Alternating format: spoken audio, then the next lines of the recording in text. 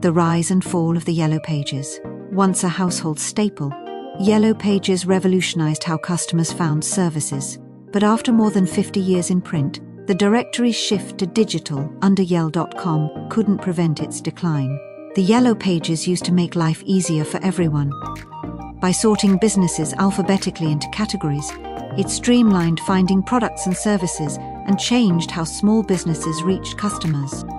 But after being a permanent fixture in British households for more than 50 years, the final version of the print edition of Yellow Pages was delivered in January 2019. A staple of British households shifted entirely online under yell.com. Adaptability had been ingrained in the DNA of Yellow Pages from the early days. In 1983, John Condren, who headed marketing and went on to become chief executive, outlined their limitations. It was a place you turned to if somebody broke your window or your plumbing packed up, he said. Condren saw an opportunity for change and to increase its usage. The company launched a new advert that marked a considerable change. Good old Yellow Pages. We don't just help with the nasty things in life, like a blocked drain. We're there for the nice things too, said the voiceover. The publication also forged a partnership with British Telecom in 1984, sparking a period of expansion that saw the introduction of over 70 local editions. However, as the digital era exploded in the 1990s, online search engines such as Yahoo and Google started to revolutionize how customers sought information. Yell.com was launched in January 1996. But this rebranding failed to boost revenues, and the company was also left with substantial debts after expansion into the US and Spain. It tried various partnerships with other businesses, including a 2005 joint venture with Google that integrated local classified content into its search engine. Yell also underwent several leadership changes. Condren and John Davis, Yell's finance director, quit in 2010. Dismissing claims they were jumping ship, Davies told The Guardian, "I don't think either of us would have chosen to leave if we didn't think that the business was in good shape." In 2012, Yell Group opted to rebrand as Hibu.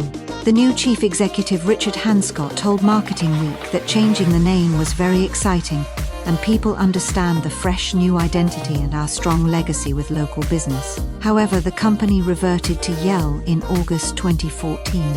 The final edition of Yellow Pages was sent to print in 2018. Hanscott said that revenues from printed directories had declined 37%. However, traditional users were still disappointed with the move. Claire Miles was appointed chief executive in 2019 and said she was impressed by how it's been successfully reinvented in digital. The company looked to introduce monthly subscriptions, but in 2020, Yell's head of recruitment confessed there are 1 in 3 customers leaving us each year, 1 in 4 customers complaining about us, and a range of poor reviews across a variety of external platforms. Yell described its performance in 2023 as very disappointing.